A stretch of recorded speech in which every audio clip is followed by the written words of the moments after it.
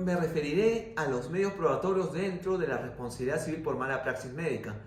Todos conocemos que siempre resulta dificultoso para el paciente, para la víctima de la mala praxis médica, poder acreditar los daños en torno al cual va a iniciar su demanda. Y en tal sentido, podemos referirnos a lo que es la historia clínica, que se constituye en aquel documento que comprende el conjunto de elementos ordenadamente dispuestos sobre los cuales se puede efectuar un diagnóstico y efectuar un seguimiento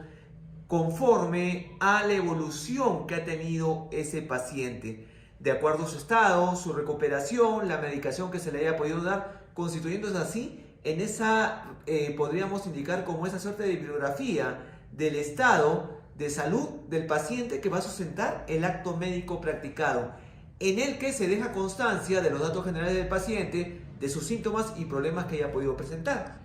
Hay que tomar en cuenta también que actualmente ya existe la historia médica que se maneja de manera electrónica, ya no se efectúa el manuscrito como se realizaba anteriormente. La epícresis es otro instrumento el cual forma parte de la historia clínica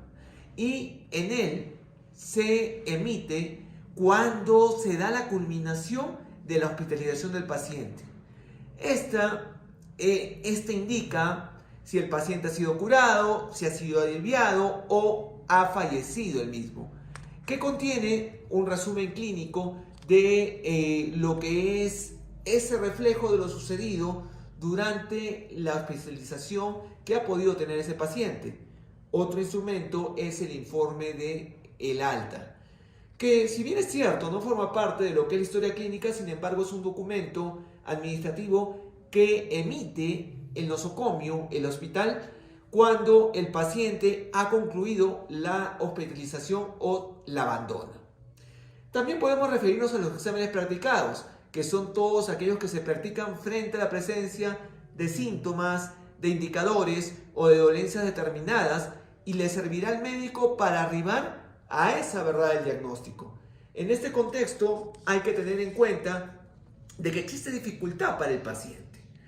Así también dentro de estos medios probatorios, ya dentro de un proceso judicial de indemnización por daños y perjuicios que se haya podido ocasionar al paciente, podemos referirnos a los informes médicos de parte que se van a presentar dentro de este proceso. Y esos informes médicos de parte principalmente serán los que denotarán o lo que demostrarán si esa historia clínica está correctamente indicada, si los informes que se han podido indicar del estado de salud del paciente o cómo quedó después de ocasionar el daño resultan correctos. Y ese informe médico traerá como consecuencia una audiencia en la cual se debata ese informe médico de parte de ser el caso. Aquí debo mencionar algo, que en lo que es mala praxis médica a la actualidad, su salud es la que elabora este tipo de informes en este tipo de circunstancias de mala praxis o eventos adversos. Los recibos y presupuestos, que son los que se emplean principalmente para acreditarse los daños patrimoniales, recibos relativos a los gastos que ha podido tener la víctima de el daño por mala praxis médica, los presupuestos para la curación, para algún tipo de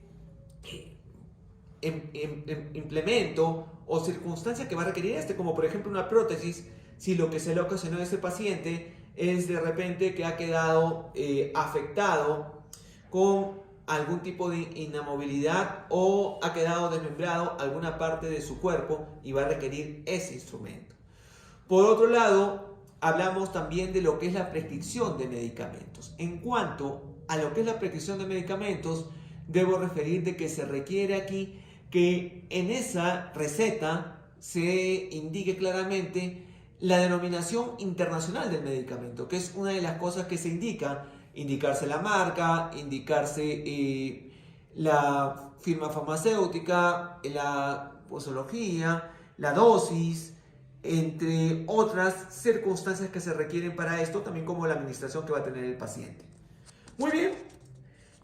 Siempre en este tipo de responsabilidad civil hay un problema que es dónde se va a ubicar la demanda. Si es dentro de la responsabilidad civil contractual, conforme al artículo 330, o dentro de la responsabilidad civil extracontractual, conforme a lo regulado por el artículo 1969. Es en este contexto en el cual aquí se van a dar dos situaciones. La primera es, en la contractual, corresponderá al paciente acreditar los daños, el dolo, la culpa inexcusable del profesional médico que le ha podido causar. Y por otro lado, en la responsabilidad civil de carácter extracontractual, esto va en sentido distinto, dado que aquel que se le impute el daño, que es el médico o el nosocomio, será quien deba probar que no ha actuado con dolo o culpa inexcusable. Y es así. Las reglas de la carga de la prueba se encuentran establecidas para efectos de que ese paciente, la persona que va a iniciar ese proceso, sepa qué aspectos tiene que observar al momento de interponer la demanda. Y el juez, ante hechos no probados, tendrá que aplicar esa regla de la carga de la prueba. Si no se prueba, en ese caso las pretensiones, tomándose en cuenta lo regulado por el artículo 196, que señala con claridad que todo aquel que le hubiera hecho tiene que probarlo, y si no lo acredita, pasamos al artículo 200, que señala que la pretensión será declarada infundada.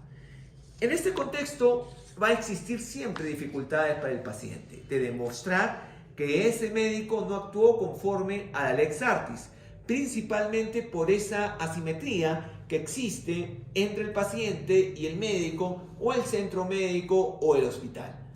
y la proximidad que ellos tienen en cuanto a la fuente de prueba, al conocimiento y valoración o técnica científica que ésta va a requerir. Y en este contexto es de que para el paciente se resulta dificultoso encontrar la misma dentro del ámbito de la disposición de los médicos o del centro de salud demandado, más aún tomándose en cuenta ese término del secreto del quirófano que le impide poder aportar ese medio probatorio al paciente. En este contexto es de que se ha venido dando principalmente por pronunciamientos expedidos por la Corte Suprema de Justicia de la República en relación a lo que es la teoría de la carga probatoria dinámica, que tomó como base un primer pronunciamiento que fue la sentencia 1776-2007-A/TC, en la cual el Tribunal Constitucional habla que es posible utilizar la carga probatoria dinámica, lo cual significa un apartamiento de los cánones regulares, la distribución de la carga de la prueba, cuando ésta arroja consecuencias manifiestamente disvaliosas para el propósito del proceso o procedimientos. Y entonces la carga probatoria dinámica implica, que fue dada a conocer en Argentina, en la ciudad de Rosario, por el profesor Jorge Peirano, y en este contexto se indica que quien esté en mejores condiciones de aportar la prueba, la aportará, la entregará. Pero, sin embargo, existen muchos detractores en relación a esta teoría. La Corte Suprema la aplicó dentro de la casación 4445-2012 Arequipa, en la cual aplica esto, y hay un aspecto que señala para su aplicación. Señala que para efectos de obtenerse un fallo justo, esto permite proporcionar al juez las herramientas necesarias para evitar que se puedan presentar algunos obstáculos que puedan hacer que las partes no tengan esa posibilidad de acercarse a la realidad de los hechos. Y señala que dentro de las alternativas que puedan darse en materia probatoria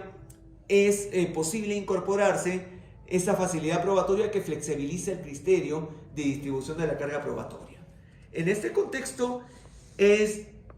de que esto, como les he presentado, no se encuentra regulado,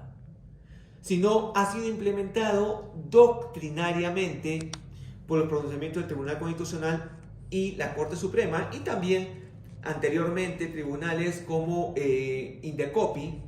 en lo que es el aspecto de defensa del consumidor, se ha pronunciado aplicando este aspecto. Muy bien, hay que tomar en cuenta ello y dependerá ya de cómo presente la víctima del daño y acredite cada uno de los rubros que pretende demandar. Nos vemos en otra edición, continuando con el desarrollo de este importante tema.